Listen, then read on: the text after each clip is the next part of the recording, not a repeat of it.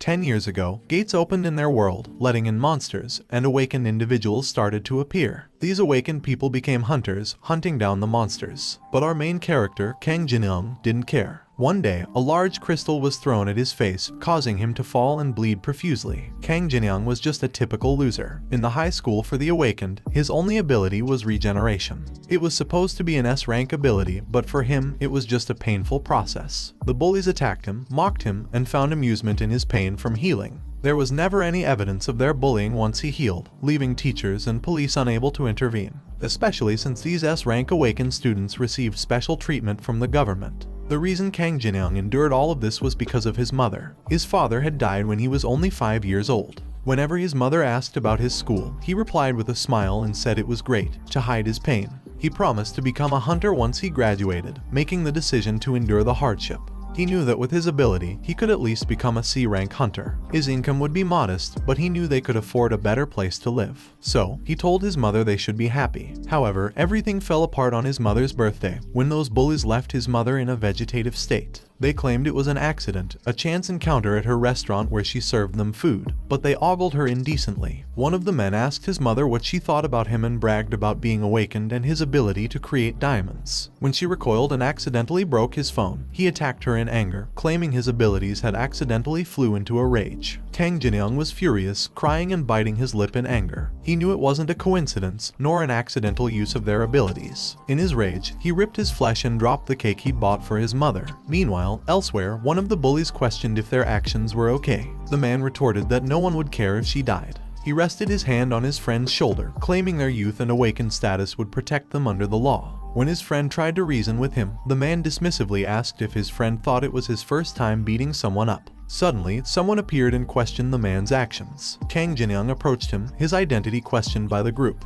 Anger simmering, Jinyoung demanded to know why the man had harmed his mother, calling them a bastard. But the man simply smiled, responding that he'd done it because she was his mother and that she looked very young. This made Jinyoung even angrier. In a rage, Jinyoung charged at them, only to be hit by a sharp diamond. The diamond pierced his chest and he fell to his knees while the man casually remarked about flirting with his mother. With trembling hands, Jinyoung grabbed the crystal and slowly pulled it out, enduring the pain. His chest slowly regenerated, causing him to shout, shake, and bite his lips hard in pain. But he still managed to call them out in anger, calling them bastards once more. The man unleashed numerous sharp crystals, aiming his hand slowly at him before lowering it, causing the sharp crystals to pierce him. He then asked Kang Jinyoung who he thought he was and insulted him, calling him a loser. Despite bleeding profusely, Kang Jinyoung managed to get up and stagger towards his attackers with sharp crystals embedded in his body. Tears mingling with rage, he endured the pain and charged at them. When he got close, the man signaled to his friend, Thor, to take action. Thor looked at Kang Jinyoung briefly before activating his power and electrocuting him. Collapsing under the powerful jolt, Kang Jinyoung fell to the ground. Seeing him prone, the attackers strolled past him, spitting on him in contempt. Still, he found the strength to reach out and grab the main man's foot. In a furious tone, he demanded to know where he thought he was going,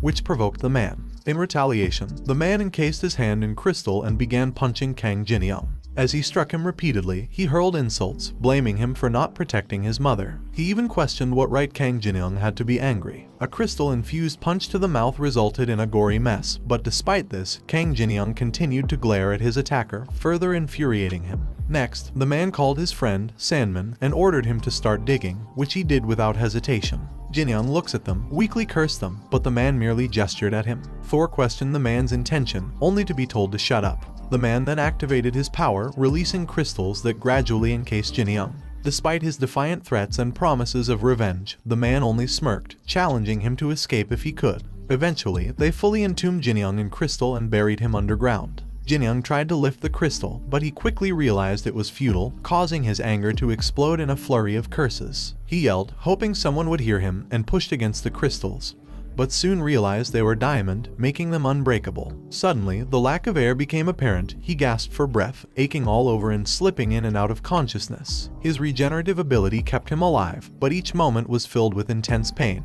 Desperate to end his suffering, he grabbed a sharp diamond and stabbed it into his neck. However, his regenerative ability wouldn't even allow him this mercy. He could only recall his mother's smile as he agonized. Feeling utterly powerless, he considered how his mother must have felt in her last moments. Clenching his fists in rage, he punched the diamond, determined to escape, no matter how long it took. The time didn't matter to him as he was convinced he would survive. With renewed determination, he kept working to free himself. 5 years later, on the news, the host informed the viewers that they were broadcasting live from a meeting with renowned S-rank hunters. The host noted that these 3 men were known for their generosity, often seen doing volunteer work. One of them responded that they always felt joy when helping others, a sentiment that continued to inspire them, leaving the viewers in awe. Then, the host asked about an incident from 5 years ago when they allegedly harmed a civilian due to an uncontrolled ability. The men fell silent for a moment, then one of them feigned tears while explaining that the victim was the mother of a close friend. This happened when he was a student and couldn't control his abilities. The man then admitted that he had apologized to his friend, but hadn't been able to reach him since. He expressed a wish to apologize once more. Just as he was about to do so, a large door flew toward him, but the man was able to block it using his crystals and asked what was happening. The viewers fled, screaming monster, as a massive figure walked into the room, breaking the ground with each step. He looked at the 3 men, but they simply stared back calmly. The monster then lunged at them and attacked one of the men. In the past, Jin Young never stopped trying to escape. He wondered if months or years had passed. His crystals remained unscratched. He discovered that his regenerative ability was unique. Continuous injuries triggered excessive regeneration, making him stronger than before. His exoskeleton emerged as he destroyed his body and regenerated inside the grave. It was a painful process, blood splattered, flesh ripped, and bones broke. The pain was worse than death each time he regenerated. Still, he persisted until he managed to crack the crystal, free himself, and vow revenge on the man. The force of the impact threw the man aside, and he collapsed. Thor was stunned to see a massive skeletal figure before them. Jin Young recalled the man's taunting words, daring him to seek revenge if he could escape. Thor and Sandman were shocked, but Jin Young retorted angrily, stating that he had indeed escaped and he called them fuckers. The man managed to stand up and ordered his friend to just kill him. Thor activated his power and electrocuted him once again, but he managed not to fall and gritted his teeth in anger. Then, he ran toward Thor and cut off Thor's head. This left both the man and Sandman stunned as they saw their friend's head roll in the air, before Thor's body collapsed on the ground. Sandman immediately raised the sand from the ground and attacked him with it. The sand surrounded him and Sandman trapped him inside it, but he just gritted his teeth and broke out of the sand easily, grabbing Sandman's mouth. He then ripped out half of Sandman's mouth, causing Sandman to cover his mouth in pain. But he immediately launched himself at Sandman and stabbed his face to death without noticing the man behind him. He turned around, which led to the man punching his face. However, the man's diamond hand slowly broke, surprising him. Nevertheless, the man raised his hand in the air, drawing forth many sharp diamonds. The man then lowered his fingers, sending the sharp diamonds flying towards him. They pierced him repeatedly. The man looked on as he was pierced by many sharp diamonds, but he was taken aback when he saw that Jin Young could still move. Jin Young slowly stood up, causing the man to recoil in horror. He saw that a diamond had pierced Jin Young's head, but Jin Young still managed to stand as if it were nothing. In fear, the man covered his body with diamond and slowly transformed into a diamond form. Then the man punched him in the chin, drew back his hand, and struck him again in the shoulder and body, making him bleed profusely. Yet, the man didn't stop and continued his assault. In fury, the man punched him in the mouth, but Jin Young bit down on the man's crystalline hand, trapping it and breaking it. This shocked the man. Then, Jin Young stabbed him using his sharp bone. The man collapsed on the ground and writhed in pain. Jin Young looks at him furiously, and the man screamed in pain as Jin Young shoved his bone into the man's body. Even though the man was in a dire situation, he managed to activate his power and released a sharp big diamond that pierced Jin Young's body, but Jin Young didn't let go of his arm, causing it to rip. The man immediately ran away to escape, but Jin Young threw a sharp diamond at him, causing significant damage. Then, Jin Young slowly walked towards him while collecting the sharp diamonds. The man tried to crawl away, pleading for him to keep his distance and to stop, but Jin Young pierced him with every sharp diamond he found, causing him to bleed profusely. Even after being impaled with numerous sharp diamonds, the man still managed to ask Jin Young who he was and why he was doing this. Jin Young grabbed his half face and ripped it off. This shocked the man, reminding him of how he once called Jin Young a worm and ordered him to squirm around. He realized that his adversary was Jin Young he had once called worm. Jin Young punched the man's head hard. Yet, he wasn't satisfied with this and punched the man repeatedly. Then, he grabs the man's neck and he drove his bony fist into the man's mouth, causing the man to shake and cry out in pain before he passed away. Jin Young pulled his hand out of the man's mouth and stood stunned for a moment. He looked around and saw Thor and Sandman decapitated and the man who had injured his mother lying dead. He saw his own reflection in the blood on the ground. Rain fell through the broken ceiling, mixing with the blood on the ground. Then he remembers how he went to the hospital to check on his mother's condition. He was shocked to see her eyes were open, but she was still immobile, which made him weep in sorrow. Somewhere, a portal opened and dead monsters lay strewn about. The man complimented the woman on a job well done, acknowledging his own diligent work. Another man then asked her to confirm if it was her first time venturing so deep into the gate. The woman replied yes, expressing gratitude for their protection. Yet the man's expression shifted as he explained they were, in fact, the ones feeling grateful. One of them pointed out the uncertainty surrounding what happens inside the gate, a revelation that sent shivers of fear through her. However, one man took her hand, stating it takes a month to escape from there, and expressed his enthusiasm about spending this time with her. Just as he was about to move uncomfortably close to her face, an unexpected figure appeared, beheading the forward man and sending the others into a state of panic. When the woman turned, she was shocked to find a skeletal figure standing before her. Another man attacked Jinyoung, surprised that any monster could have survived.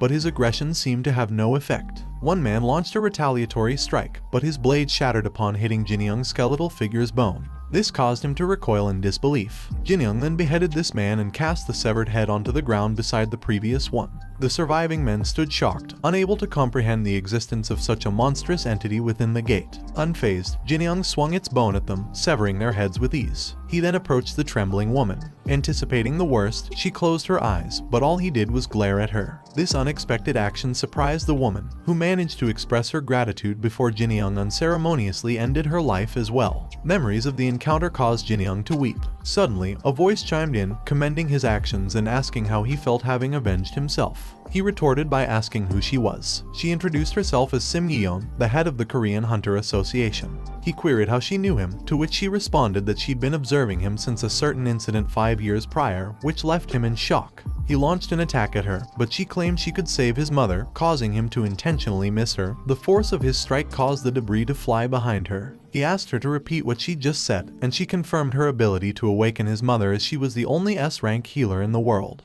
He questioned her trustworthiness, but she laughed and retorted by questioning the efficacy of the hospital's efforts to keep his mother alive while he was underground. After a moment's silence, he asked what she wanted. She confessed that hunters were too powerful. She mentioned how most military forces were no match for hunters, with some even more formidable than nuclear forces. Thanks to them, the majority of the monsters inside the gates had been eliminated. However, the gates remained, those devoid of monsters serving as pathways. Nations were leveraging them for warfare using hunters, and even with their lack of sufficient hunters, they couldn't prevent Japanese hunters from invading until he appeared. She explained that responding to Japan with their own hunters would trigger an all-out war, but a monster wouldn't cause such complications. Back to his memories, he placed the head of a Japanese girl on her lap and gazed at a picture of his mother. Remembering Eon words, Eon made a proposition. She would save his mother if he agreed to be their monster. Meanwhile, in Japan, at the Prime Minister's official home, a man is talking to the defense minister. The minister asked if there were powerful monsters inside the gate. The man replied, no. The minister asked again if there were any powerful hunters in Korea. Once again, the man replied, no, which made the minister angry, prompting him to ask why.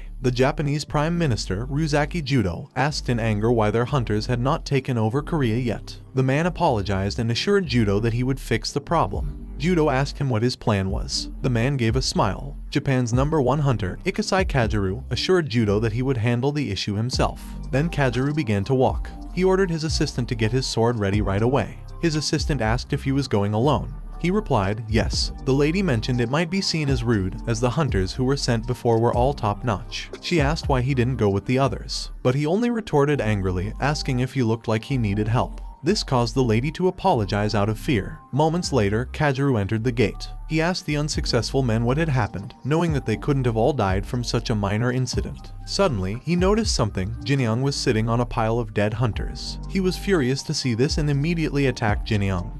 But Jinyoung blocked his sword with his arm, stunning Kajiru. He launched attack, but Kajiru simply dodged it, asking how Jinyoung dared to block his sword. Then Kajiru punched him in the stomach and used his first moon skill, causing Jinyoung to stumble back, coughing up blood. Kajiru didn't stop. He used his second moon skill to attack again, pinning Jinyoung hard against the wall. But Kajiru ran towards him to attack again, noting that his exoskeleton was very tough. Then he used his third moon attack. Kajiru was about to hit Jinyoung's shoulder, but Jinyoung managed to strike back with his sharp arm. When it almost about to cut off Kajiru's head, Kajiru chopped off his arm just in time. This surprised Jinyoung, while Kajiru told him that his sword could cut through even diamond. He then beheaded Jinyoung with his sword. Jinyoung collapsed on the ground without a head and an arm. Kageru wondered why their hunters had lost to such a creature and lamented that it was a shame. Jinyoung lay on the ground, decapitated, when he remembered his father. His father was always busy because of work, but he was a kind and friendly man. Jinyoung appreciated that about his father, but his father had passed away, saving him, and with his death, the family business failed. They were left with a massive debt, and his mother's soft hands had become rough. He asked his mother if she was okay. His mother smiled at him, her smile weary, and assured him that she was fine. Yet every night, he lay awake listening to his mother cry. She cried because of him, and thinks he was someone shouldn't be alive. His mother looked at him fearfully and he, trembling, told her that he felt awakened. Then, the slice on his wrist healed. He embraced his mother, promising her that he would become a hunter and make her happy. His previously vacant eyes regained their spark. He remembered Yeon telling him about the world's broken balance, how many nations had already fallen to the hunters. Their most formidable enemy was Japan. Yeon pleaded with him to become their weapon to hunt Japan's strongest hunters. Slowly, he regenerated a body from his severed head. Kageru remarked that he had used up too much time. He then crawled towards Kageru, who was determined to travel to Korea himself. Kageru was shocked when he suddenly felt a bite on his leg. Kageru noted his regenerative abilities but began to panic, knowing he had decapitated him. He bit Kageru's leg hard, causing him to shout in pain. Kageru then swung his sword in a moon shape to activate his power. Angrily, he pointed his sword at him and called him a bastard. Kageru retreated to the center of his moon power. Suddenly, he vanished and ran around Jinyoung like a wisp of smoke. Jinyoung noticed but was helpless. Kageru then unleashed his Kage-Ryu Fatal 12th Moon attack, slicing Jinyoung into tiny pieces. Jinyoung's body parts flew out of the portal, accompanied by a loud explosion from Kageru's power. Kageru walked away, leaving behind a crater and damaged walls. He sighed, not expecting to be bitten. He needed to heal, but suddenly, a sharp bone was thrown into his other leg, leaving him stunned. A hand emerged from behind, and Jinyoung, now completely skeletal, shakily crawled towards him. Panicking, Kageru tightened his grip on his sword and attacked Jinyoung again. Meanwhile, at the portal, the Prime Minister, the Secretary, and many others were waiting. A woman asked the Prime Minister if they truly needed that many people while gesturing to the Ministry of Defense's elite hunters. Judo replied that it had been 3 days since Kageru had entered, and he needed to check. He explained that the Minister of Defense was Japan's #1 hunter. Suddenly, Kageru's head rolled out of the portal, and Jinyoung slowly walked out next. Judo was both angered and shocked, but his head was promptly removed by Jinyoung. Elsewhere, in the Korean Hunter Association, someone questioned her plan, reporting that Jinyoung had killed Joongang's son. If the news got out, it would spell trouble. The man warned her that sending Jinyoung to Japan was a risky move, but Yeon merely smiled. She asked if he wasn't curious. If Jinyoung could defeat Japan's strongest hunter and Prime Minister, Ruzaki Judo, and Japan's #0 SSS rank hunter. Judo's severed head began to connect, and Judo activated his powers and punched Jinyoung in the stomach. This caused the place to crack and fill with magma. Judo looked at him with fury while he was unconscious. Well guys, that's the end of the video. If you like this video, comment part 2 in the comments section. Also subscribe to the channel, hit the bell and like the video. Thank you for watching and see you next time again.